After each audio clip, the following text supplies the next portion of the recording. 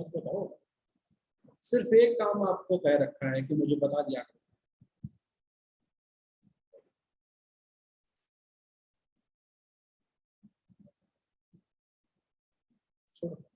चलो, क्या ये चीज समझ में आ गई? Yes sir. Yes sir.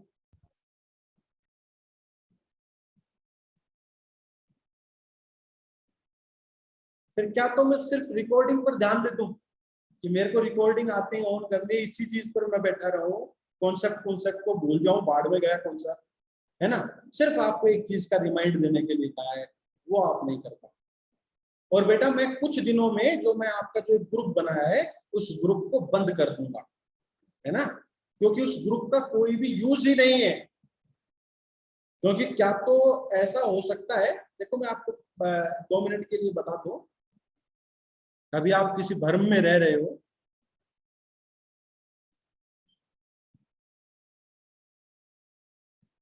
Net जो टेस्ट है ना वो फिजिक्स में सबसे बड़ा टेस्ट है। मैं आपको नहीं पढ़ाता, मैं कई बार कई जगह पर पढ़ा चुका हूं अब तक, और मैंने एक बात नोटिस की है, रिजल्ट मेरे पढ़ाने से नहीं आएगा। रिजल्ट दुनिया का कोई भी टीचर ले आओ, उसके पढ़ाने से नहीं आएगा। रिजल्ट आएगा आपके पढ़ने से, आपके जागरूक रहने से। जितने आप जागरूक रहोगे आपको फायदा। आप मेरे फायदे के लिए तैयारी नहीं कर रहे हो, यहाँ पर खुद के फायदे के लिए तैयारी कर रहे हो। एक ग्रुप बना के दिया है डिस्कशन करने के लिए, वहां पर आप एक रिप्लाई तक नहीं करते। सब कुछ आता है कि दुनिया की सारी चीजें आपको? बेटा आज से 1 साल 2 साल 3 साल पहले की बात बताता हूं, मेरे जो नेट में जो बच्चे होते हैं ना, उनको रियलाइज होता है बाद में। अब फाइनल ईयर वाले बच्चों से अब बात करके देखना, क्यों इनकी स्ट्रेंथ अब फुल रहती है, पहले क्यों नहीं रहती थी? तो ये अब इनको मार्केट में पता लग गया, और ऐसा ही तुम्हारे साथ होगा। हम कितनी भी मेहनत कर लो, रिप्लाई नहीं आता आपका, काम पता नहीं करते हो नहीं करते। यार मुझे कैसे पता लगेगा? बहुत गलत बात है आपकी, बहुत ज्यादा गलत बात है, हद से ज्यादा गलत बात है। कई बच्चे तो अब तक यही डिसाइड नहीं कर पा रहे हैं कि हमें नेट पढ़ना भी है नहीं पढ़ना। कई तो यही डिसाइड नहीं कर पा रहे हैं आज तक। 3 महीने हो गए मेरे से पढ़ते हैं, कई बच्चे तो अभी ये डिसाइड नहीं कर पा रहे कि नेट करना है नहीं करना। बेटा सीधी बता देता हूं, थपना तो पड़ेगा। भागना सबसे आसान काम है दुनिया में, सबसे आसान काम दुनिया में भागना है। भाग के देख लो, कोई भी काम है भाग जाओ, आंखें बंद कर लो, कुछ नहीं हो रहा। सबसे आसान काम है दुनिया में। सबसे मुश्किल पता है क्या है? फेस करना सबसे मुश्किल काम है, और वो नहीं कर पा रहे। यार इतना टाइम पड़ा है आपके पास, इतना टाइम पड़ा है, मैं कह रहा हूं इतना टाइम है किसी चीज, क्योंकि तुम्हें तो चारों जो आपके एमएससी के पेपर है वो भी तो पढ़ाए जा रहे हैं क्लासों में। हम जब यूनिवर्सिटी में पढ़ते थे हमें कोई 4 पेपर पढ़ाने वाला नहीं था। हमें तो कोई ये नहीं बताता था कि सिलेबस कहाँ है कैसे है, कोई नहीं बताता, कोई भी नहीं बताता था। Photo current versus applied potential,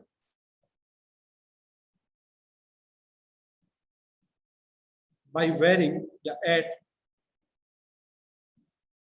different value of incident frequency.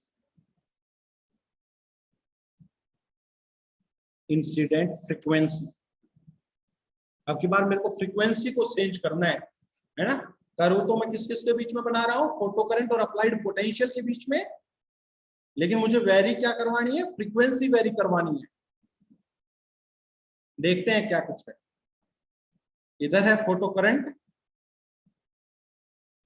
और इधर है अप्लाइड पोटेंशियल। तो बेटा अप्लाइड पोटेंशियल का जो नेगेटिव है उसको मैं स्टॉपिंग पोटेंशियल कहता हूं। अब देखो समझाता हूं, फिर नोट करना। मैंने आपको एक बात बताया कि एट डिफरेंट फ्रीक्वेंसी, एक पर्टिकुलर फ्रीक्वेंसी की बात करता हूं, तो बेटा ये तो मुझे पता है कि फोटो करंट अप्लाइड पोटेंशियल पे चेंज नहीं होता, मतलब न्यूमन फ्रीक्वेंसी पे ये कर्व आई, क्योंकि अप्लाइड पोटेंशियल के साथ फोटो करंट चेंज नहीं होता। हाँ, नेगेटिव पोटेंशियल करोगे जब जरूर वो जीरो हो जाएगा, और स्टॉपिंग पोटेंशियल तक आते आते वो बिल्कुल जीरो हो जाएगा। ये बात मैं आपकी मानता हूं, ये न्यूमन फ्रीक्वेंसी पे है। अब बेटा मैं फ्रीक्वेंसी को न्यूमन हटाकर मैं न्यू2 करता हूं, न्यू2 एक अलग फ्रीक्वेंसी करता हूं, तो मेरे को आपसे जवाब चाहिए, क्या न्यू2 फ्रीक्वेंसी, न्यू2 ग्रेटर है न्यू1 से?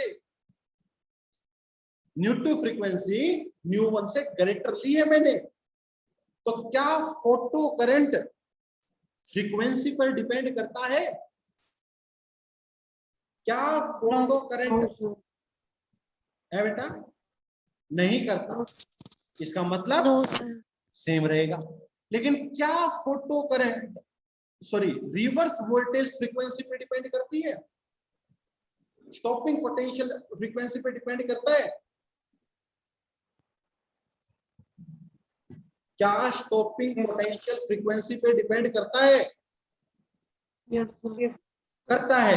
अरे बेटा अगर मैं 3 फ्रीक्वेंसी ले लूं, न्यू1, न्यू2, न्यू3, फ्रीक्वेंसी ज्यादा तो काइनेटिक एनर्जी ज्यादा, फ्रीक्वेंसी ज्यादा तो क्या ज्यादा?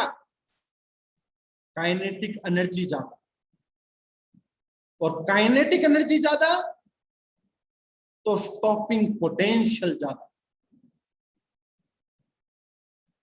तो इसका मतलब हमारा स्टॉपिंग पोटेंशियल ज्यादा हो जाएगा, तो आपकी कर्व क्या आ जाएगी बेटा? इस तरीके से curve, because the stopping potential changes, तो वो जो जीरो करंट होना है वो थोड़ा आगे जाके जीरो होगा। यहां का करंट क्यों नहीं करवाया? बिकॉज फोटो करंट इंडिपेंडेंट है फ्रीक्वेंसी पे एंड पोटेंशियल पर। इस पोटेंशियल पर भी और फ्रीक्वेंसी पे, तभी ये सेम लाइन है। बट स्टॉपिंग पोटेंशियल वेरी करता है। अगर मैं तीसरा लूं तो और बढ़ जाएगा, और इस मतलब स्टॉपिंग पोटेंशियल वेरी करना मतलब ये कर्व आपकी क्या करती है? वेरी करती है, न्यू3। Because stopping potential depend on the kinetic energy, ये बताया मैंने, and kinetic depend on the frequency. तो फ्रीक्वेंसी बढ़ाने से स्टॉपिंग पोटेंशियल बढ़ा, इसीलिए ये कर्व जो है वो आगे शिफ्ट होती चली गई। क्लियर? स्ट्रेट लाइन मत बनाओ बेटा, मैं अगेन कह रहा हूं, ये लाइन कोई स्ट्रेट लाइन नहीं है, ये कर्व लाइन है। आराम आराम से कोई बिहेवियर हो रहा है कर्व तरीके से। क्लियर? बताओ क्या आपको ये कर्व समझ में आ गई है? हाँ जी, Yes, sir. सो ये एक कर्व थी बेटा जो मैंने आपको सिखाई। ठीक है, अब ये जो थ्योरी पार्ट है ये लगभग इसका बेटा कंप्लीट हो चुका है। मैं कुछ पॉइंट्स आपको और लिखवाना चाहता हूं जो इंपॉर्टेंट है फोटो इलेक्ट्रिक इफेक्ट में, उसके बाद न्यूमेरिकल पोर्शन आपके स्टार्ट हो जाएंगे। ठीक है ना? तो लिखते हैं सम मोर इंपोर्टेंट पॉइंट, या नोट डाल के लिख लीजिएगा। पहला नोट सुनिएगा बेटा, सबसे पहले फोटो इलेक्ट्रिक इफेक्ट नहीं होगा। कब? Photo electric effect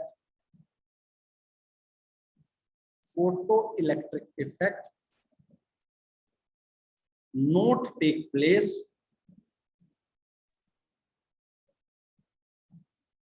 take place when electron are completely free। अगर मेटल में इलेक्ट्रॉन कंप्लीटली फ्री है तो फोटो इलेक्ट्रिक इफेक्ट नहीं होगा, मतलब वो एक वर्क फंक्शन से बंधे हुए होने चाहिए। मतलब दूसरी स्टेटमेंट क्या लिख सकता हूं बेटा, photo electric effect take place, electric effect take place with the bounded electron, जो न्यूक्लियस से बंधे हुए हैं उनके साथ ही फोटो इलेक्ट्रिक इफेक्ट होगा। ठीक है बेटा, फोटो इलेक्ट्रिक इफेक्ट किसके साथ नहीं होगा, जो कंप्लीटली फ्री इलेक्ट्रॉन है, मान लो कि एक इलेक्ट्रॉन में दे दूं आपको, उसके साथ फोटो इलेक्ट्रिक इफेक्ट, ऐसा नहीं होगा बेटा, वो बाउंड होना चाहिए कुछ वर्क फंक्शन के साथ, तभी फोटो इलेक्ट्रिक इफेक्ट होगा। क्लियर। दूसरी बात, in photo electric effect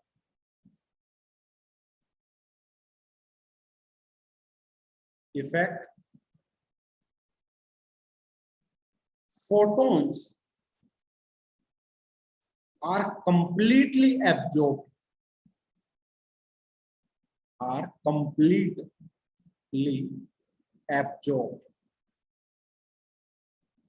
photon जो मैंने गिराए हैं वो पूरी सरफेस में कंप्लीटली एब्जॉर्ब होंगे।